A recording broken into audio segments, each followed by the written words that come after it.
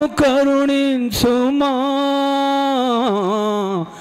నా ప్రార్థనకు నీ చెవియొగ్గుమా, నా ప్రార్థనకు నీ చెవియొగ్గుమా. దేవా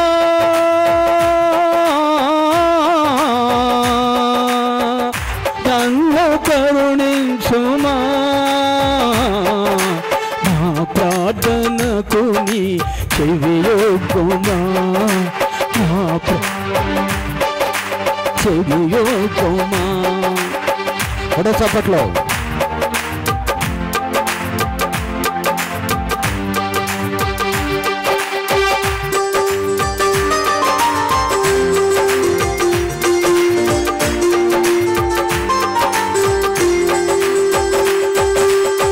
పాపము నన్ను బంధించినది, మరణము నన్ను కబళించినది.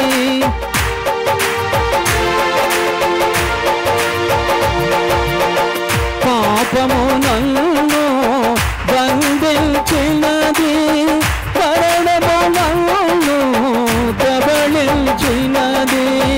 దిక్కుతో చక దారలేక, దిక్కుతో చక దారలేక, వేడుకోంటిని ఓ రక్షక, వేడుకోంటిని ఓ రక్షక. దేవా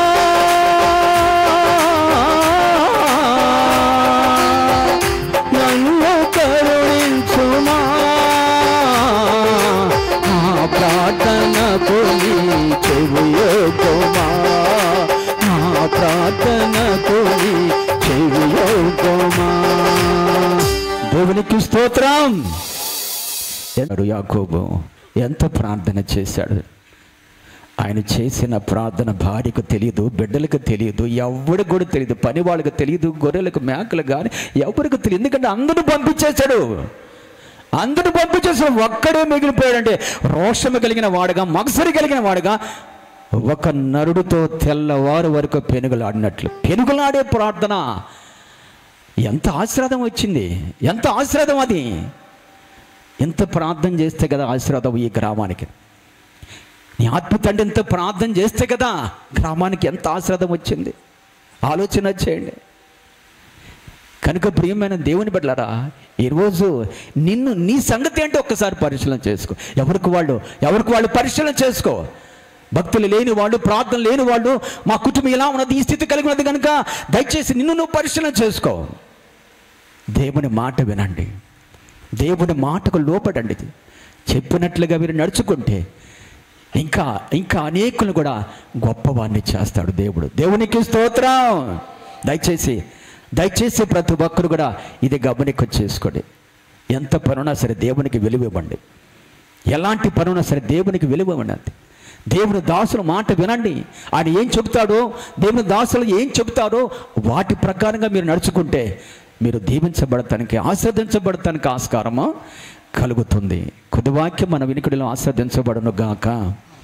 ఆమెన్. చిన్న ప్రార్థన. పరిశుద్ధుడైన తండ్రి, ఘనుడమైన దేవ, గొప్ప దేవుడా, నీకే స్తుతులు స్తోత్రములు చెల్లించుకుంటున్నాం. ఎంతవరకు ఏదైనా తప్పుగా మాట్లాడితే దయతో క్షమించు ప్రభువా.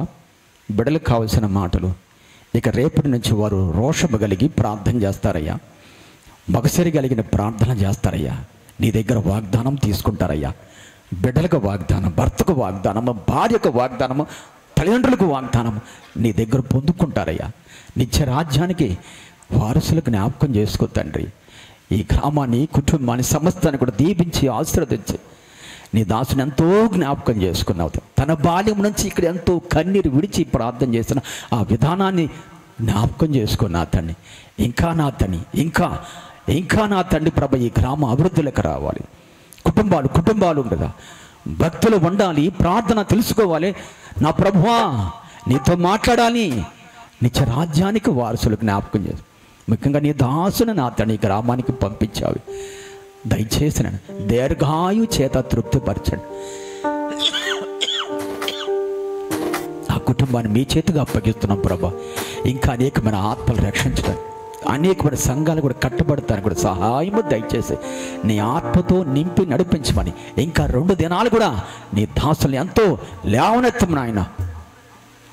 నా తర్వాత చెప్పబోయే నీ దాసుని జ్ఞాపకం చేసుకు దీవించి ఆశీర్వదించి బలపరుస్తారని అగ్నిలాంటి మాటలు మా అందరికీ దయచేయమని, విని విశ్వసించి వాటి ప్రకారం నడుచుకునే కృప ధన్యత మా అందరికీ దయచేయమని యేసు నామములో ప్రార్థించి అడిగి వేడుకుంటున్నాము తండ్రి. ఆమేన్. ఆమేన్. మీ అందరికీ వందనాలండి.